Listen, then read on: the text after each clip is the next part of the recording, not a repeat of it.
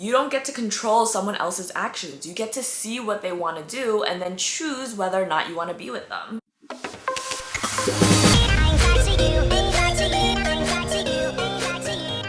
Hello y'all, welcome back to another video dedicated to help you break out of the cycle of toxic behaviors and relationships in your personal and romantic area of your life. My name is Coach Janette from Janette.Exito, and if you like anything personal development, make sure you hit subscribe and join the tribe. In this video, we're going to be talking about the let them theory. I originally heard this theory from Mel Robbins, and the let them theory suggests that instead of trying to control their actions and what they're doing, just let them. And I know, this sounds extremely uncomfortable, especially if you're an overthinker and you find yourself thinking about the worst case scenarios. However, if you want to unlock that unbothered mindset and truly feel that peace in your relationship, then this video is for you. In simpler terms, the way that I see the let them theory is stop trying to control the uncontrollable and just control what you can. A lot of us struggle to find peace because we're constantly trying to control what's not meant for us to control, like other people's emotions, their actions, their thoughts, future predicting, trying to control what happens next in the events, the I should have done this, trying to control the past, the what if thoughts. Now all of these things boils down to wanting to protect yourself from your fears. And you have such a hard time letting go and finding peace because you think that you can control every single next step. But the thing is, you can't. And so instead of constantly trying to fight against reality and control everyone else's actions, just let them. And I tell you what, once you master this mindset, you're gonna find a lot more peace in your relationship. Let's break down the steps on how we can start embodying this mindset. Number one, we want to let the other person be who they wanna be and do what they wanna do so that we can see what type of person they are. A lot of people's actions and words reveal a lot more about them than you think. And when you're constantly trying to control them and tell them to do this, not to do that, do this a certain way,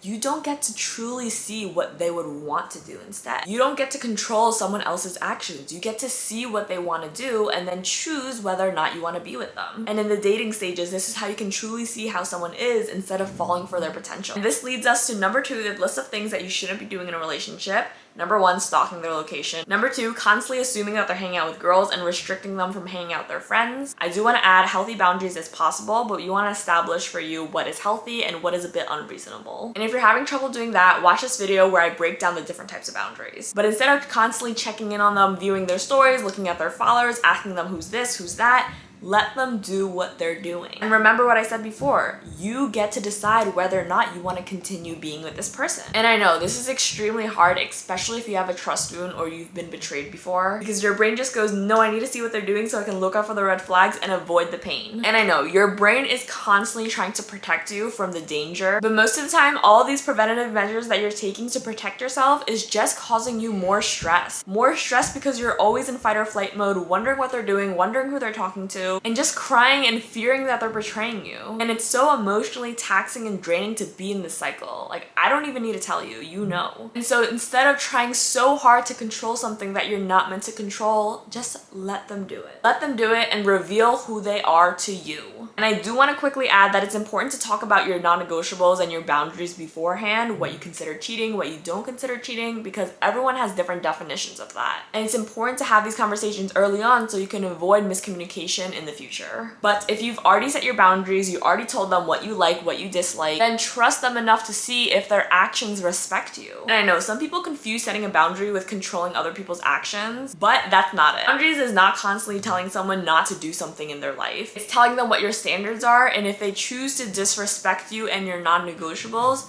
then you can choose to walk away or talk about some consequences. Because there are natural consequences for someone who's constantly disrespecting you. If someone decides to lie, cheat, and steal in my face, then the natural consequence is I'm going to distance myself from that type of person. You don't need to get riled up and threaten them to do things a certain way. You just let them do their thing and you just do yours. Because all of this trying to catch them in the act, testing them to see if they'll betray you, and constantly needing them to prove themselves to you is bringing the relationship down. Because the truth is, no one wants to be in a relationship with a monitor, and I'm sure you don't want to either. Someone who's controlling their every move, and I know some of y'all are probably gonna be like, but I don't want to be played, I don't want to look dumb, and I hear you, but let me tell you a secret. Their action says a lot more about them than it does you, and the only thing you're responsible for is how you decide to react and respond to their actions. Them cheating does not mean you're worthless, it means that they're insecure. And not faithful and not loyal is not a quality you want to build a family with either. And it's better to find out early on in the relationship rather than later where you've invested time and energy. Understand what they really want to do and let them do it, because if their values don't align with yours, then you don't have to be with that person. So let them do what they want and choose whether or not you want to continue being with them, because there is so much peace just letting go and not forcing someone to be someone that they aren't. Because when you're trying to control them, you don't really love who they are. You just love this facade of them and who you think they are. And I see way too many people make this mistake, just falling in love with the idea and potential of them rather than who they really are. So choose peace, do your thing, and respect yourself enough to walk away if they choose to disrespect you. Trust isn't about never knowing whether or not they're gonna cheat or lie. Well, maybe in some degree, yes. You do want to believe and have faith that they won't do that. But trust is really about trusting yourself to walk away if they do. And trust yourself in knowing the patterns and their character and who they are. And their character being who they are when no one else is watching or around. Trust that you chose to be with someone that respects and cherishes and loves you. Trust that you chose to be with someone who has the same values as you. That is what we can focus on. And this leads me to number 3. Stop looking at those toxic stories on TikTok, Reddit about those cheating boyfriends